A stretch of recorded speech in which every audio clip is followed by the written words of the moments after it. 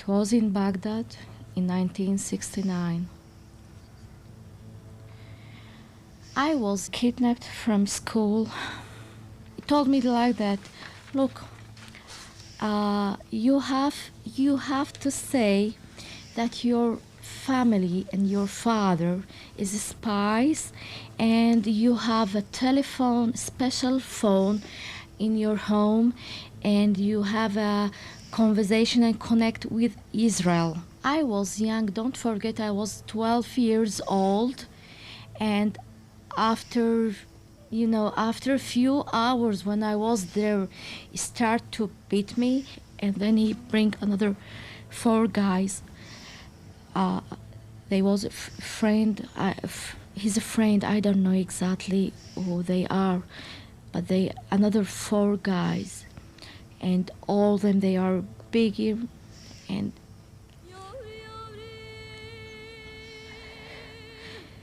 they was very happy to do it because Khalil told them, just do it and enjoy yourself, because she is a young Jewish girl. And he going again, and he said 2-3 times, this is the last thing that I hear in my nose, that enjoy yourself. He told to each body to enjoy herself, because she is the young and the virgin girls, and she's a Jewish. She enjoyed it.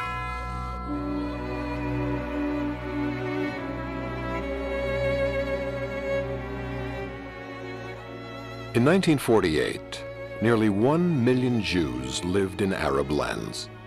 But in barely 20 years, they have become forgotten fugitives, expelled from their native lands, forgotten by history, and where the victims themselves have hidden their fate under a cloak of silence.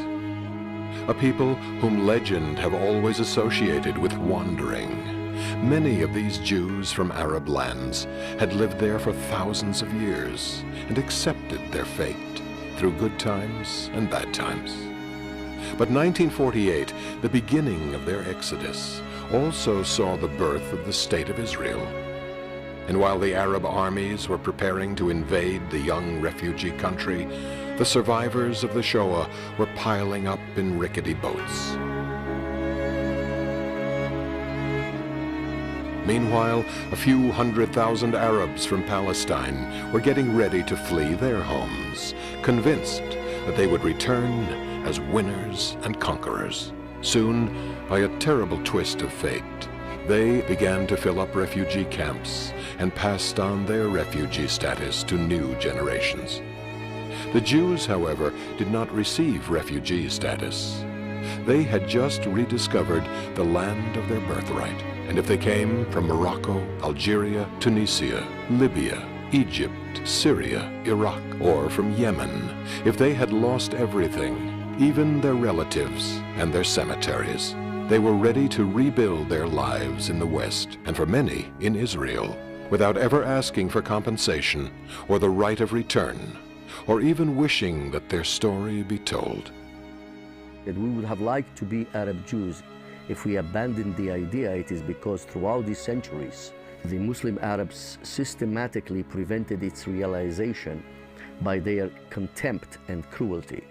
It is now too late for us to become Arab Jews. By the time the Jews have left from the Middle East and North Africa in 1948, there were under 1 million Jews. And you question what happened to them.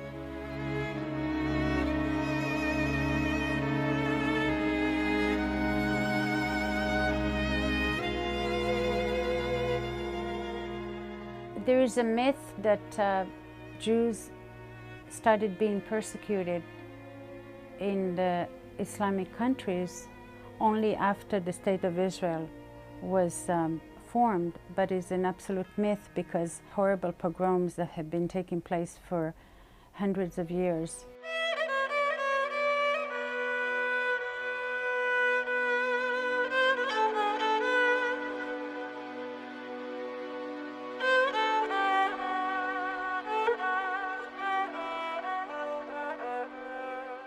People ask me if I would go back to Libya. My answer is usually the same. If you had come out of a concentration camp in Germany and Nazism was still very much alive, would you go back there? Has Islam been bad to the Jews or has it been good to the Jews? There are two schools of thoughts here. L'idéologie du djihad considère que les musulmans constituent la communauté privilégiée par Allah. Il est de son devoir de conquérir l'ensemble de la planète afin d'imposer la loi d'Allah sur toute l'humanité. Et c'est dans cette conception de guerre sainte, de djihad, que se situe la notion de dhimmi et de dhimmitude.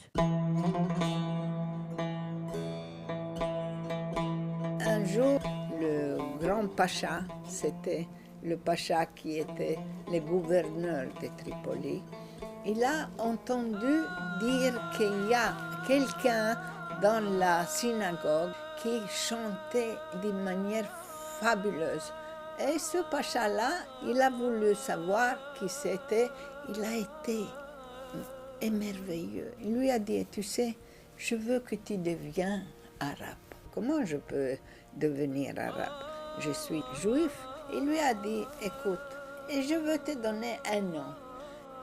Le jour où il devait absolument faire la conversion.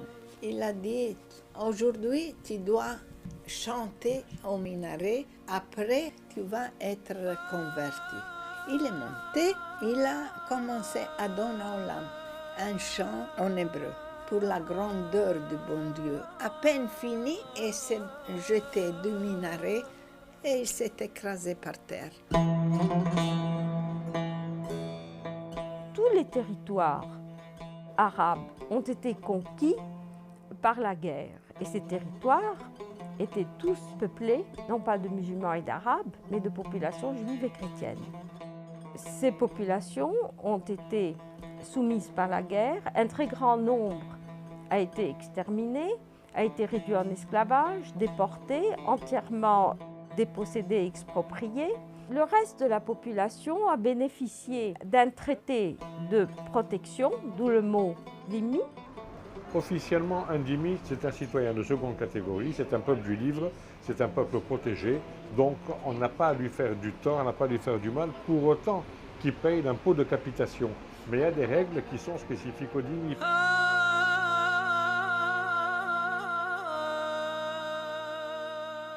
After the Arab conquest in the 7th century, if you were a Jew or Christian or Copt, had to live under very strong restrictions. For example, you were not, as a dhimmi, you were not considered a citizen of the country. You could not own property unless you had a partner who was a Muslim. You could not own a horse. You could not build a synagogue that would be higher than a mosque. And you had to pay a special tax called jizya. היהודי הולך ממול המוסלמי או ממול הערבי, הוא חייב ללכת בצד שמאלו. חייב, לפי הדין שלהם. מדוע?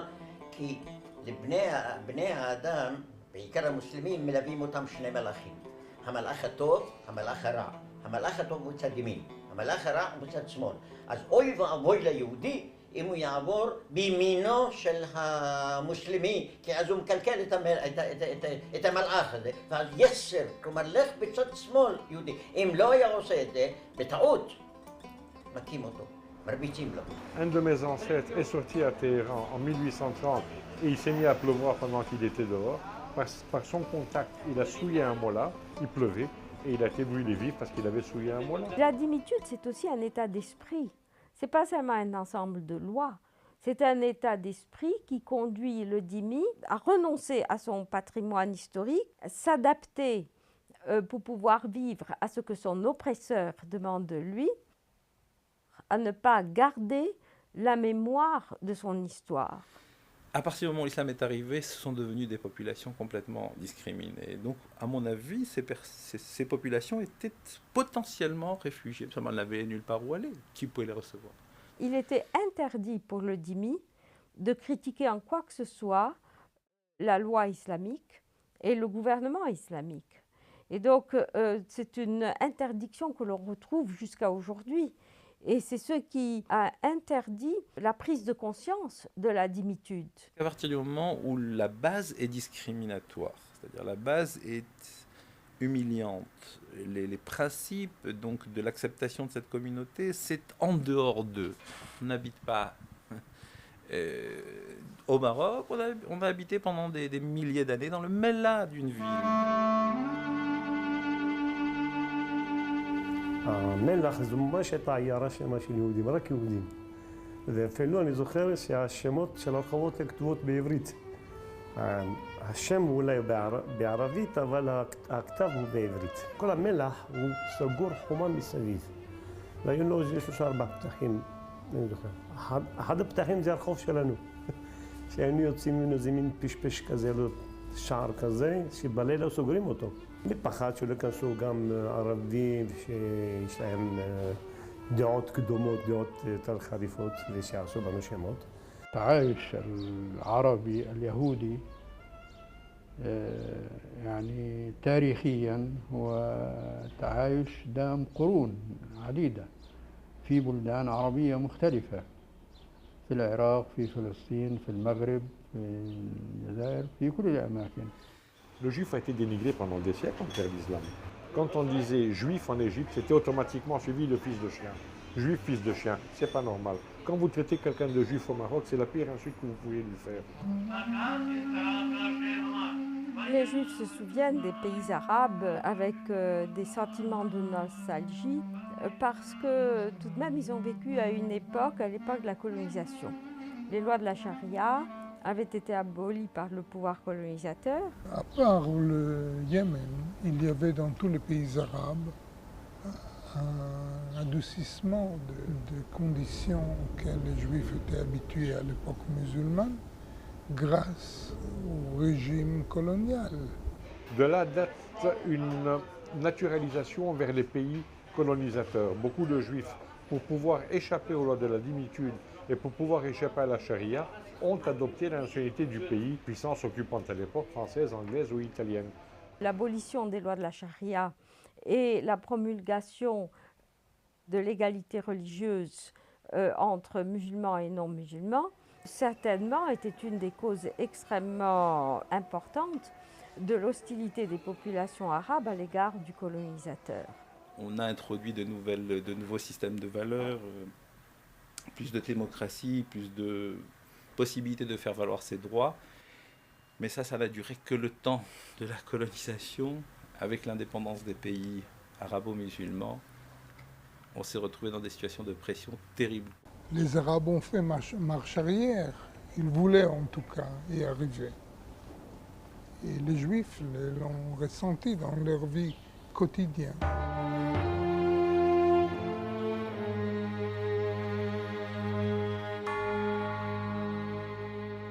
Dans les années 30, déjà, il y avait des accusations à l'égard des Juifs, des accusations de crimes rituels. Les protocoles de sages de Sion étaient très diffusés. The importation of European anti-Semitism by Muslims and by Arabs in the Middle East and North Africa has taken a very big toll in the relationship that allegedly was tolerant. Les partis nazis et fascistes étaient très admirés par les foules arabes et musulmanes. On ne parlait pas de Palestiniens à l'époque, puisque la palestinité est plutôt apparue dans les années 70. On parlait des Arabes de Palestine, qui étaient également très liés avec les mouvements nazis, particulièrement à travers la politique de Haj Amin al-Husseini. The Grand Mufti was in Berlin from 42 to 45 on the radio calling to kill the Jews and going to the extermination camps. There are photographs of him with Hitler, and contributed to the founding of an Arab brigade and a Bosnian Muslim brigade of forces to fight with the Germans on the Eastern Front. Il y a eu la révolution également en Irak, n'est-ce pas, de Rachid al-Kilani, une révolution pro-nazi. Iraq was the only Arab country who has a pro-Nazi regime for almost a year. And the memory of the Jewish community in Iraq has something which is called Farhud in 1941, when hundreds of women, children has been killed without any reason by their neighbors.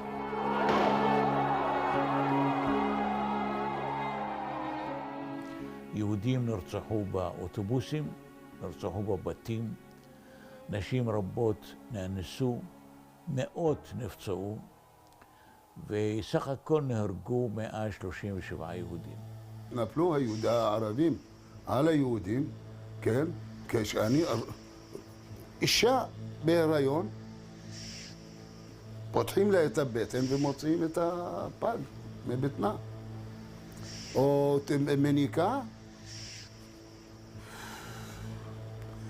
מניקה, חותכים לה את השד ומכניסים לפה של הילד. I remember I sat on the roof in order to see the people running. And I saw an Arab man sleeping on a Jewish woman. I didn't know, of course, what he is doing to her. He raped her, and after that he stabbed his knife.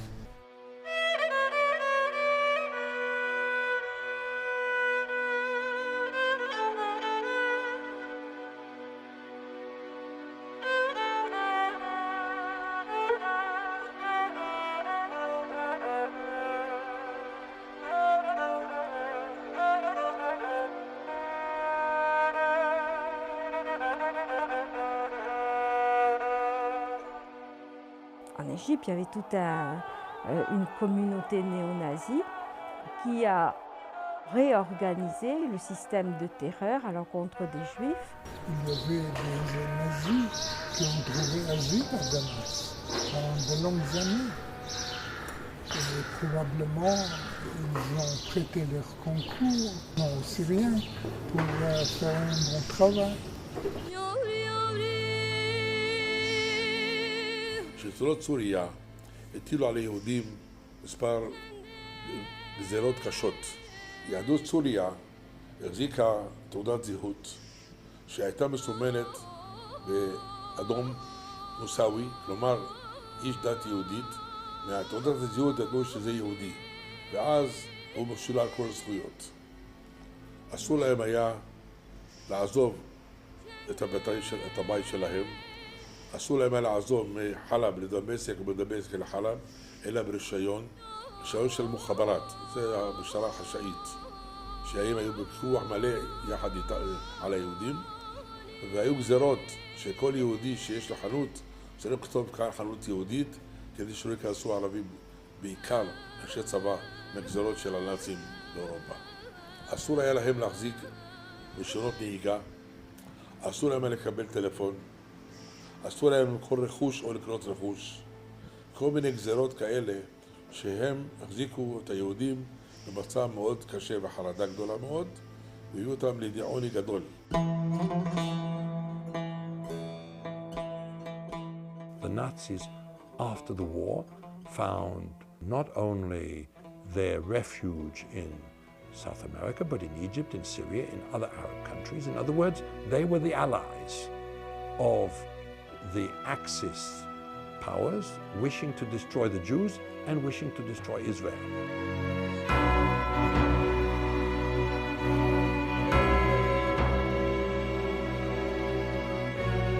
Элементарных прав еврейского народа объясняет стремление евреев к созданию своего государства. We believe that a temporary trusteeship for Palestine should be established under the Trusteeship Council of the United Nations. I think it's important to remember what happened in 1947, the partition, the UN General Assembly Partition Plan 181, which decided that there would be an Arab state and a Jewish state within the remaining mandated Palestine. The Arab League states immediately refused international legality. The key to what actually happened to the Jewish refugees in the Arab countries was explained by Haikal Pasha. The United Nations should not lose sight of the fact that the proposed solution might endanger 1 million Jews living in the Muslim countries. If a Jewish state were established, nobody could prevent disorders. Riots would spread throughout all the Arab states and might lead to a war between the two races. Les paroles de Haikal Pasha avaient un effet immédiat dans les rues et dans les masses.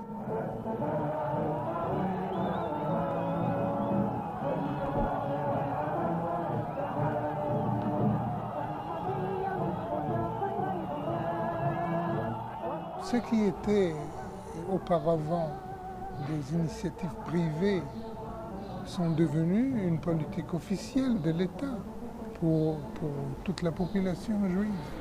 Au Caire, les Juifs ont été attaqués par des foules, alors qu'auparavant, il y avait une discipline, il y avait une autre. Donc, les bas-fonds étaient stimulés et par les paroles de Haikal Pasha et par la conduite des autorités locales. France, yes. Soviet Union, yes. United Kingdom, Quand il y a les déclarations de partage de la Palestine, il y a eu une vague d'émeutes dans pratiquement tous les pays arabes qui sont portés contre la communauté juive. Le gouvernement égyptien a destitué de la nationalité tous les juifs qui avaient été naturalisés égyptiens après 1922. Il fallait prouver avoir une présence ininterrompue depuis 100 ans en Égypte pour pouvoir avoir une nationalité juive qui n'existait pas à l'époque.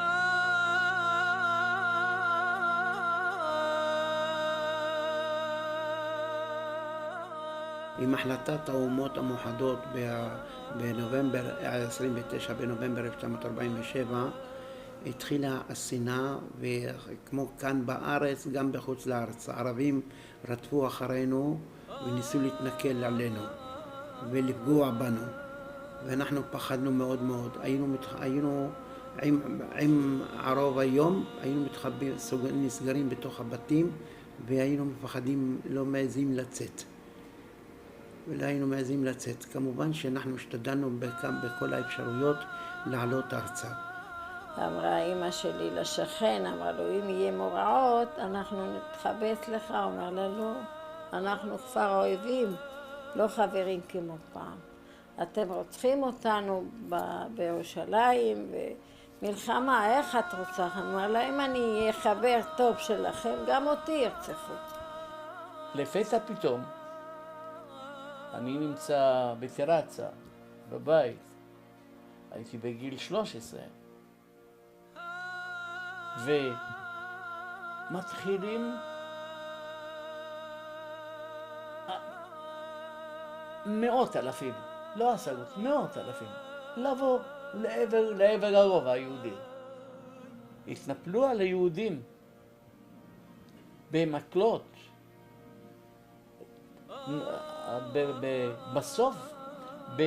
בסוף תמצאי איזה 4, 5, 6, 10 יהודים על המדרכה, נופלים, והם עולים עליהם ברגליים שלהם והורסים אותם. Le code pénal de Bagdad a été amendé pour ajouter le sionisme au communisme, à l'anarchisme et à l'immoralité comme des idéologies interdites. Not all of them were Zionists. Take some Jews in Iraq, they were communists. Take Sassoon, the head of the Jewish community in Iraq, was anti-Zionist. He, in fact, supported the nationalist government of Iraq at the time. Le sionisme servait de prétexte pour relancer les mesures contre les Juifs.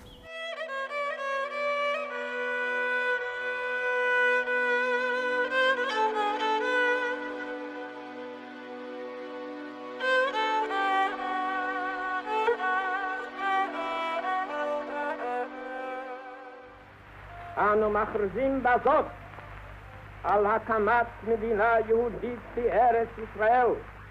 היא מדינת ישראל.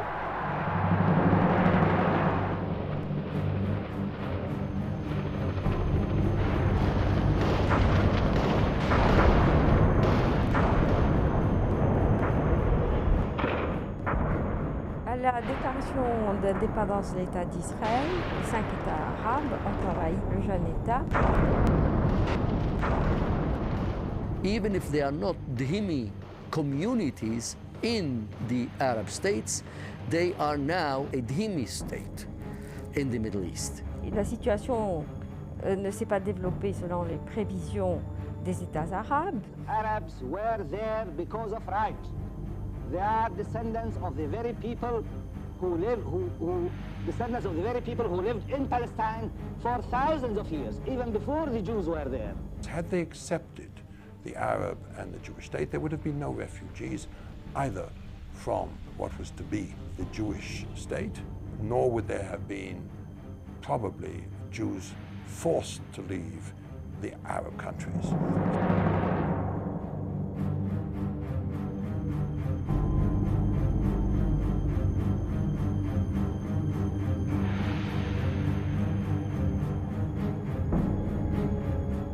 La condition des Juifs des pays arabes était totalement différente, puisque les populations juives n'ont participé à aucun combat.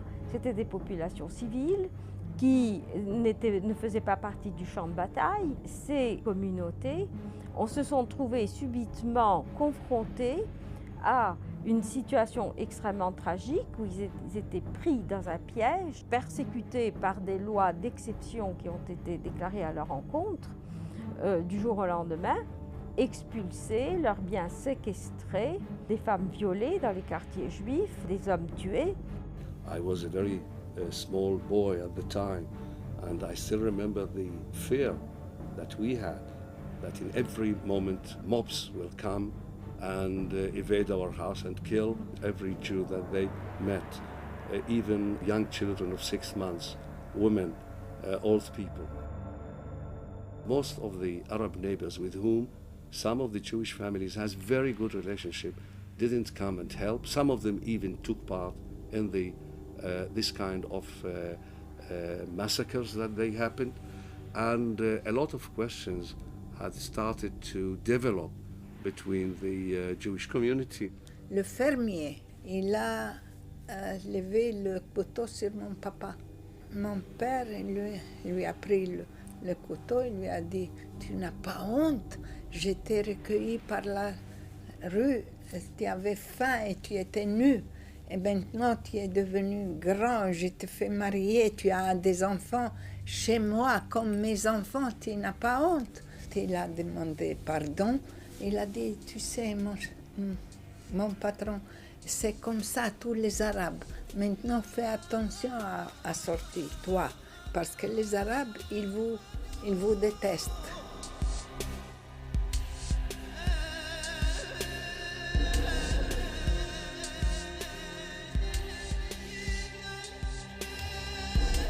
In order to leave your country of origin, it has to be two forces. One is a push and one is a pull.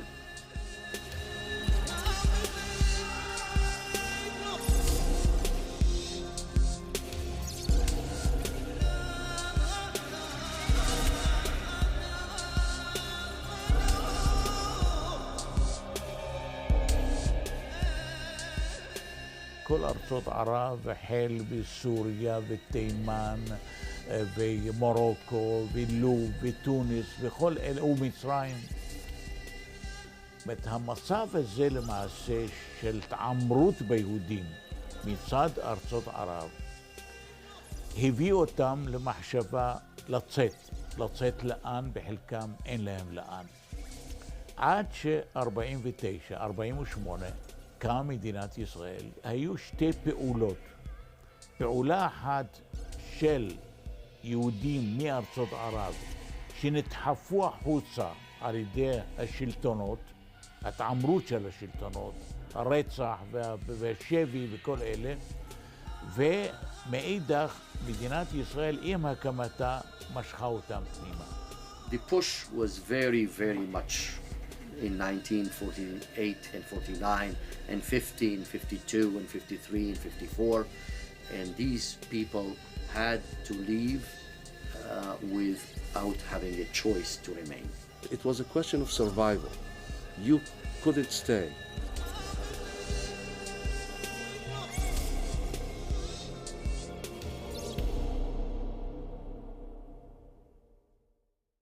שוב פעם פרעו פרעות ביהודים, שרפו את בית הכנסת גדול, גם הישן הגדול, וגם בג'בליה, בסביבה ששם ישבו העשירים.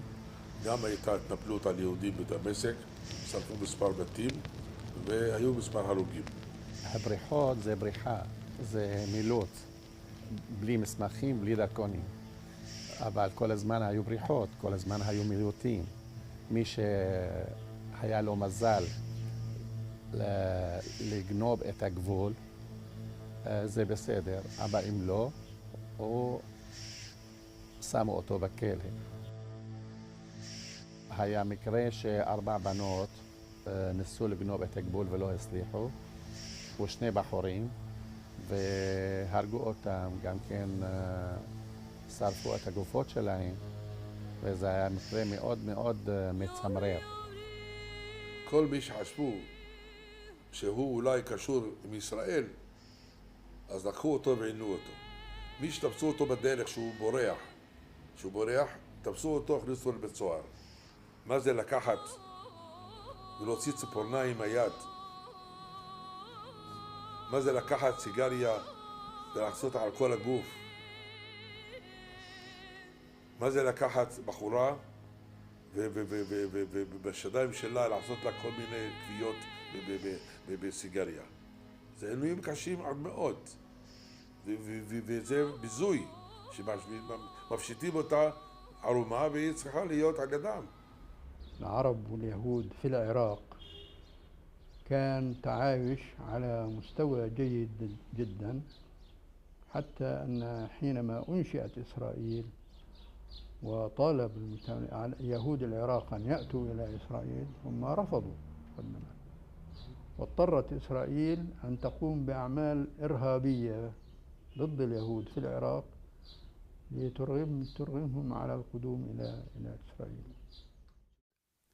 יש שטויות, יש כאלה אמרו שכאילו נזרקו פצצות בעיראק על ידי יהודים כדי לזרז את העלייה. אין לזה כל שחר. פצצות היו, אבל לא קשור עם היהודים. התחלתי להתערות בתנועת החלוץ ולעזור לאלה אשר רצו לברוח לעבר פרס. התחלנו לעזור בעשרות ואחר כך מאות, וסיפור ארוך איך היציאה שלהם הייתה. בסופו של דבר למעלה מ12,000 נפשות, משפחות, נשים, זקנים, כל אלה עברו את הגבול לפרס, וכשממשלת עיראק הגיעה למסקנה שהדבר הזה מאוד משפיע עליה, שיש תוהו ובוהו בגבול, להעביר חוק, שני הפרלמנטים של עיראק, בלילה אחד עשו זאת, לאפשר לכל יהודי לצאת, תוך שנה. In 1950, they brought out the denationalization of the Jews law, where if a Jew wanted to be able to leave, they had to give up their nationality, give up their passports, and they could then leave the country. My father wanted to be the first Jew to leave. Immediately after they issued this law, he went at 2 o'clock at night. He took me with him to the synagogue, which was the center of registration. And when we came there at 2 o'clock in the night, there were more Jews there. So it means that there were many who wanted to be the first. And I remember the moment that he had to give his the card of citizenship. It was a terrible moment for him because when he gave it, he felt that he is a citizen without papers, without nothing. הם חשבו שאולי מתוך 137,000 יהודים עד שהיו בעיראק, יצאו אולי 10,000, 12,000. והנה זה נס. אחרי תחילת ההרשמה, חודשיים אחרי תחילת ההרשמה, נרשמו 63,000 יהודים לצאת. In 51, March 51, they passed a law where they expropriated the property of the Iraqi Jews who had denationalized the stateless Jews. So it was a two-step process under color of law, and that's how they lost their nationality and their property. כל החנויות של היהודים, הבתים, הרכוש מוקפא, כספים בבנק. אין לצאת רק עם 30 קילו. בגדים, טבעת נישואין ושעון. ו30 קילו בגדים. ככה יוצא את ה...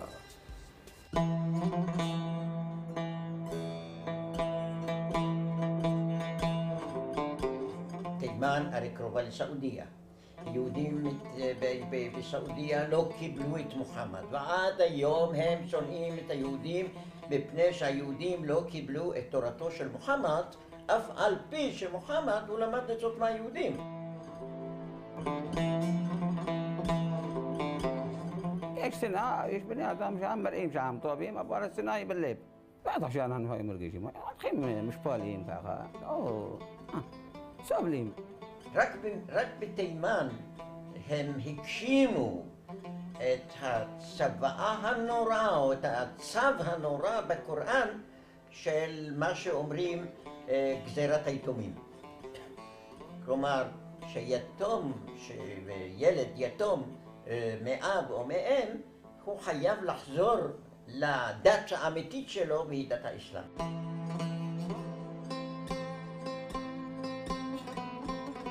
אנחנו אוהבים את ארץ ישראל תמיד, והיינו רוצים לעבוד לפני בערך 40 שנה משהו כזה, אכלנו הבתים שלנו, כלומר אכלנו הכל. והנה היהודים האלה, שאף פעם לא ראו מכונית בחייהם, פתאום אומרים להם, אתם תטוסו. אתם תטוסו מעדן לארץ ישראל. המטוס הראשון יצא ביום ראשון. בשבת לפני זה קראנו את פרשת יתרו. פרשת יתרו כתוב, ואשא אתכם על כנפי נשרים ואביא אתכם אליי. ויהודי תימן, כיוון שהם אנשי תורה ואנשים מאמינים, אז בשבילם על כנפי נשרים, כלומר המטוס היה טבעי. לכן אני לא אשכח איך נכנסו למטוס, כאילו הכניסו לאבא שלהם, הכניסו לבית שלהם, הכניסו לחדר שלהם, הכניסו למטבח שלהם. כלומר לא הייתה שום התרגשות. שום התרגשות לא הייתה להם. הם הכניסו את זה באופן טבעי. מדוע? כי כתוב, ואשא אתכם על כנפי נשרים. אני האמנתי בזה, הנה הוא, הנה זה מתקיים. אין הבדל בין אמונה לבין מציאות. האמונה והמציאות זה שני צדדים של אותה מטבע. אין הפרש. זה מה שהחזיק אותם. 50,000 יהודים במשך שנתיים באו לארץ, ואף אחד לא, הייתי אומר, לא השתגע, לא נפל.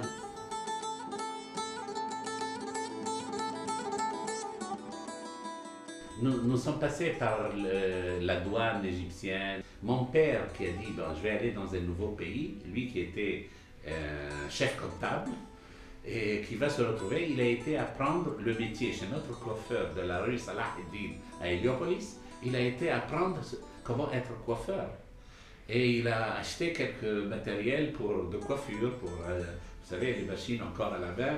Et je voyais de mes yeux, je n'oublie jamais ça, comment même dans la douane, les gens prenaient les peignes que mon père avait acheté, les peignes longs blancs d'un coiffeur, il les prenait, les mettait dans la poche. Il trouvait je ne sais pas quoi, il mettait dans la poche. Ensuite, il nous trouait les chaussures, les semelles des chaussures, il faisait des trous. Il faisait des trous, on a pris avec nous, malheureusement, je dis, on a pris même quelques boîtes de conserve, on a dit, si on tombe quelque part, on aura de quoi manger. Ils ouvraient des boîtes de conserve et ils les jetaient dans les habits pour gâcher à l'hiver avec des habits qui étaient déjà pratiquement en lambeaux, dégoûtants, pourris. On nous a ouvert les valises à la douane, on a vidé le contenu par terre, on l'a déchiré, on l'a détruit. J'avais un ou deux bracelets au bras, on me les a arrachés. Donc nous sommes partis pratiquement sans rien, on nous a permis de rien prendre avec nous. Et mon cas a été encore privilégié par rapport à celui de nombreux autres expulsés juifs. On sait au Maroc qu'il y a des témoignages. Des villages entiers sont partis au bout d'une heure. On sait qu'il y avait par exemple la visite d'un délégué israélien, mettons de l'agent juif ou autre, qui arrivait dans un village, qui était reçu par le rabbin comme c'était de coutume, qui l'invitait à déjeuner. Et à l'issue du déjeuner qui durait une heure, en sortant de la maison du rabbin, cette personne trouvait tout le village avec un petit baluchon sur le dos qui attendait le départ. On s'en va. So you had from all the Muslim world, certainly about 1,150,000 Jews, of which today there are certainly under 5,000 left in the Arab Muslim world and about 20,000 in Turkey.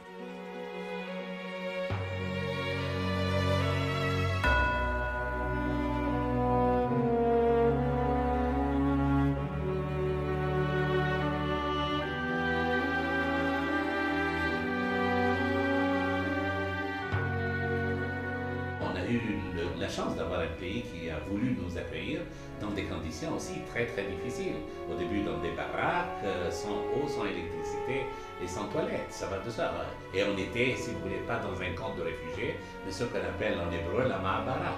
Ma'abara, en principe, ça veut dire que c'est un lieu de transfert. Mais parfois le transfert est resté pendant de nombreuses années.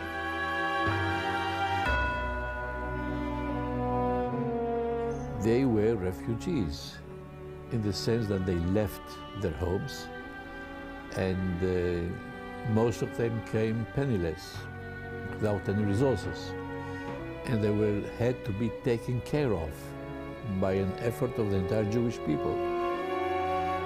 You see what happened at the War of Independence in '48. We numbered here in Israel 650,000 people, that's all.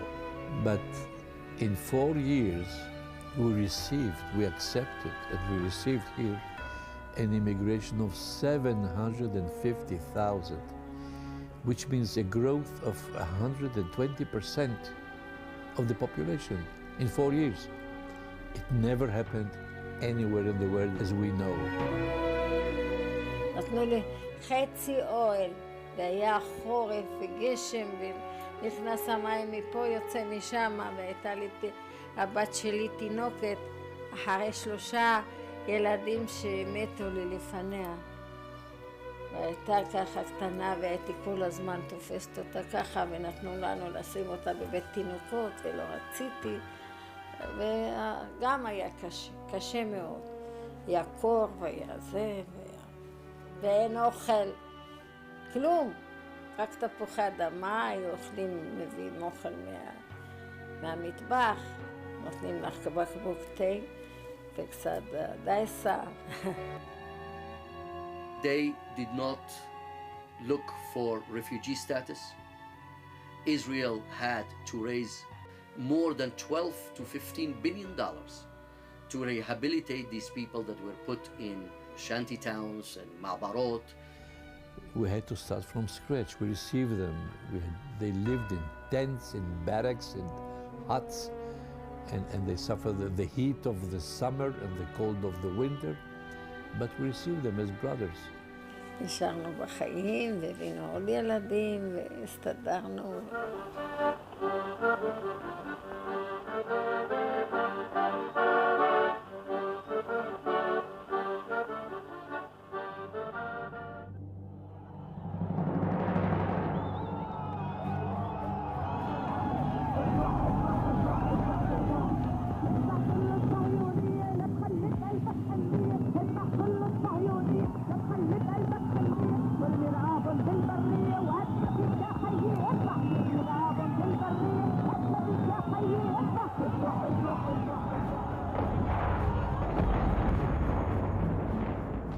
Certains juifs ont été empêchés de quitter le pays parce qu'ils étaient gardés en otage. Par exemple, la Syrie essayait de faire des pressions sur l'État d'Israël parce qu'elle avait cette population otage. Chaque fois qu'il y a eu une guerre et chaque fois qu'Israël a gagné cette guerre, heureusement d'ailleurs parce qu'Israël n'a pas droit à l'erreur, il y a eu des vagues d'arrestation, des vagues d'expulsion, des vagues d'internement.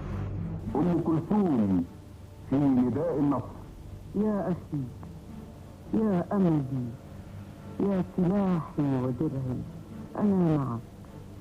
أنا معك على موعد معنا أم كلثوم على موعد معكم في تل أبيب. Moi, ma synagogue, je l'ai vu prendre feu au Maroc. Je me suis levé un matin pendant la guerre de 67 Et c'est moi qui allais prier. Et puis je suis arrivé, la synagogue était en train de prendre feu. C'est moi qui ai averti, elle avait pris feu complètement. Et en 67, j'étais confiné chez moi avec mes parents, mes frères. Et des milliers, des centaines de milliers de personnes qui défilaient en manifestant en bas de chez nous menaçaient. C'est avec des juifs habitant dans cette immeuble. Vous allez voir, on va vous étrangler. On a vécu pendant des jours et des jours complètement barricadés dans les maisons. On ne pouvait strictement rien faire, surtout pas sortir. ופה משנת 48 מתלייתו של שפיק עדס המנוח ועד 73 65 יהודים נתלו, נחטפו ונרצחו בבתים, כל אלה בעיראק.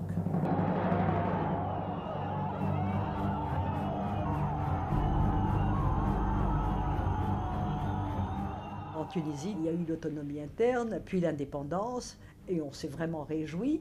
Mais cette réjouissance a été de très courte durée parce qu'il y a eu presque aussitôt après les premières guerres en Israël, avec des répercussions bien sûr très violentes. Les synagogues ont été brûlées, des boutiques ont été pillées, et il y a eu des pierres lancées dans les vitrines de la pharmacie. Nous habitions juste au-dessus. J'avais un d'un enfant très jeune encore qui a été terrorisé par... vous savez, il y a une foule qui était massée en bas de l'immeuble et qui criait. Il y avait de l'inquiétude. Vont-ils monter dans l'immeuble? Vont-ils s'arrêter là? Ou bien au contraire, vont-ils s'en prendre aussi aux personnes physiques? Ils ressentaient comme une humiliation la défaite des pays arabes. Donc il fallait nous punir de la victoire d'Israël. Consciemment ou inconsciemment, on a toujours su qu'on n'avait pas une place vraiment dans ce pays. Ils ont déporté la communauté d'Alexandrie, ils l'ont amenée au Caire en train pour pouvoir la mettre en prison, et ils l'ont fait défiler dans les rues du Caire en disant voilà les prisonniers israéliens que nous avons capturés. Gaddafi decided to put a highway on the Jewish cemetery in Benghazi. That means I can never find the remains of my grandfather because there is a highway on that cemetery. הכניסו אותי בצינוק מטר עד מטר וחצי בחושך. היה כל 7-8 שעות חקירה. היה מכות חשמל והיה פלקות והיה כל מיני העינויים. היה אתה יהודי, אתה שפל. 4 שנים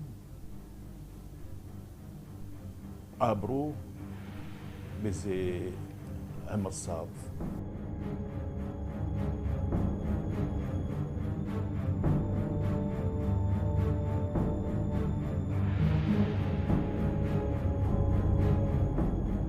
You ask yourself, as a researcher or as a Jew who was born in one of these Arab countries, are you telling me that this persecution is not leaving me alone even if I removed myself physically from the place where I was born?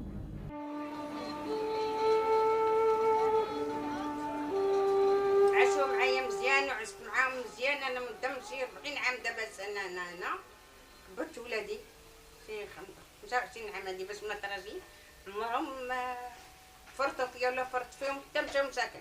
Il reste actuellement dans les pays arabes 4200 juifs. Ce sont ce qu'on appelle les gardiens du cimetière.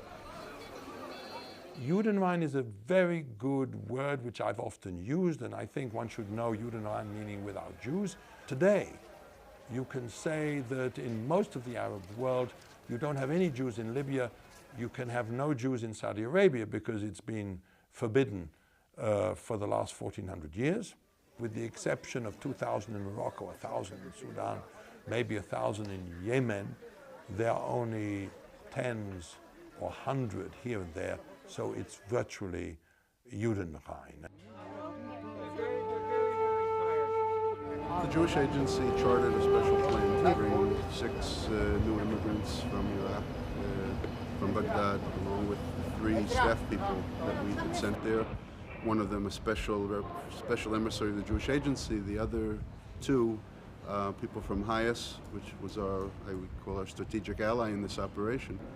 Well, we obviously would have brought any more that were willing at this time. You have to realize these people are very scared, certainly of the unknown. About you, and you hear about the Jewish community here. And these were the 6 that had the courage to get on the plane. We hope that the others will come in their footsteps. We don't know.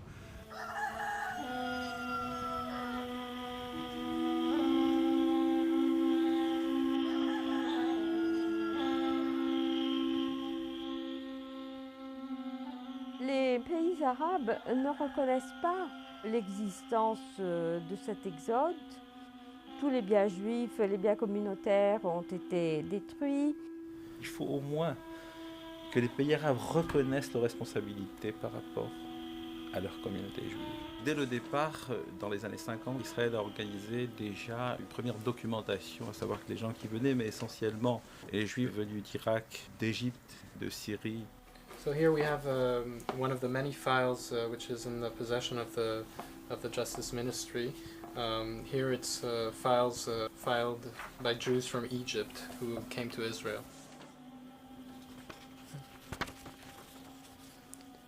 J'ai été mis sous résidence forcée dans un appartement depuis le 12 novembre 1956, soit le lendemain du jour qu'on a scellé mon appartement, mon magasin de vente et mes dépôts.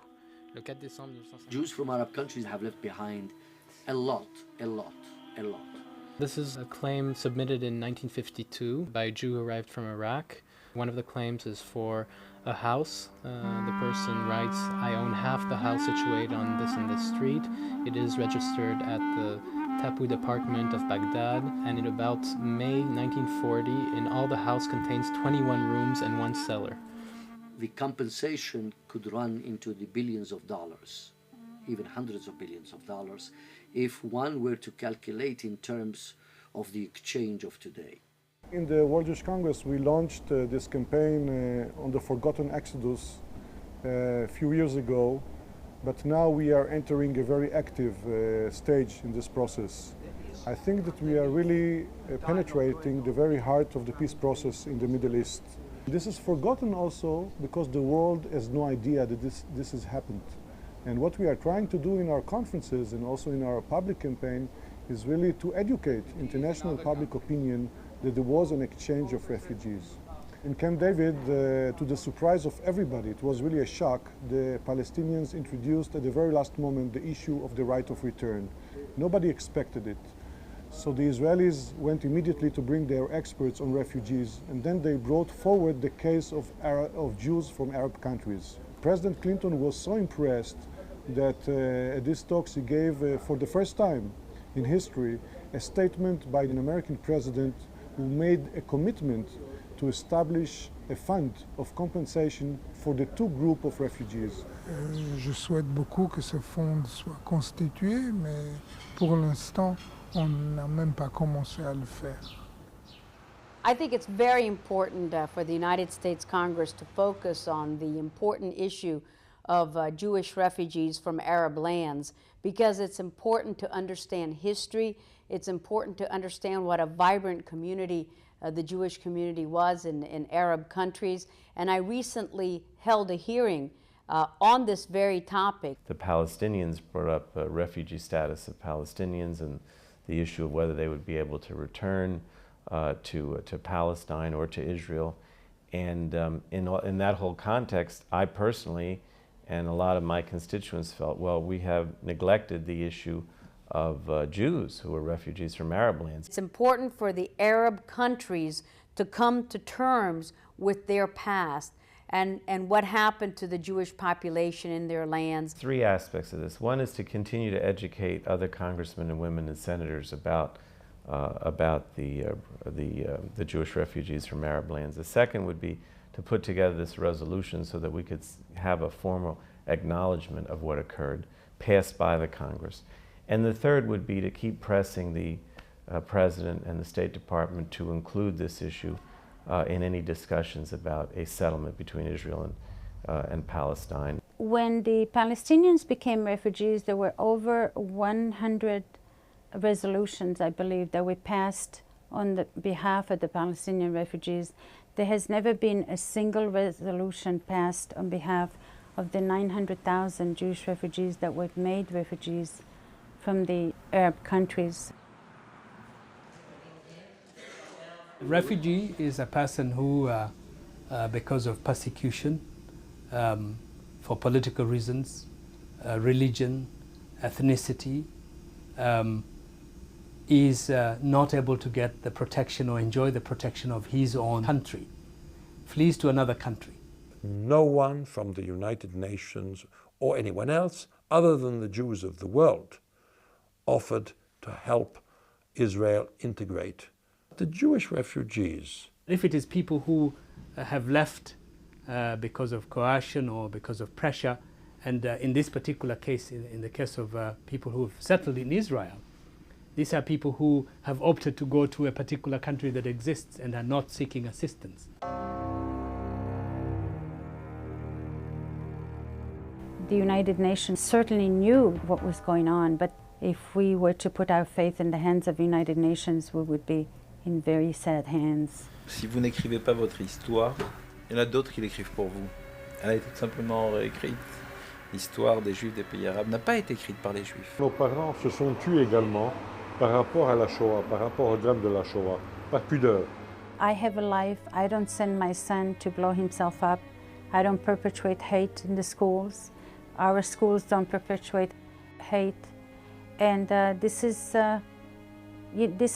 what happened. The Jewish community absorbed the Jews, close to 1 million of us, and we are part of the mainstream, and we've been integrated in the community that hosted us. 600,000 went to Israel, 300,000 went to other countries like United States and Europe.